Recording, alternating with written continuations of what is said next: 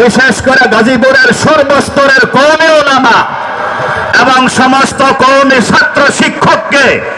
সমস্ত মসজিদের ইমাম খতিবকে ঐক্যবদ্ধভাবে একটা নতুন প্ল্যাটফর্মকে তৈরি করার জন্য এই মঞ্চ হবে সবচেয়ে বড় মাধ্যম। মনে রাখতে হবে, বিক্ষিপ্তভাবে যদি আমরা থাকি তাহলে আমাদেরকে বিগত দিনে যেভাবে বিভিন্ন গ্রুপ, বিভিন্ন সংগঠন, বিভিন্ন রাজনীতি দল যেভাবে আমাদেরকে ব্যবহার করে চলেছে,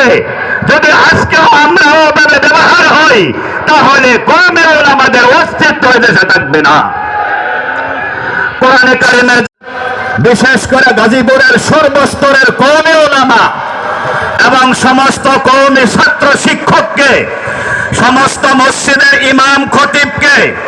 ঐক্যবদ্ধভাবে একটা নতুন প্ল্যাটফর্মকে তৈরি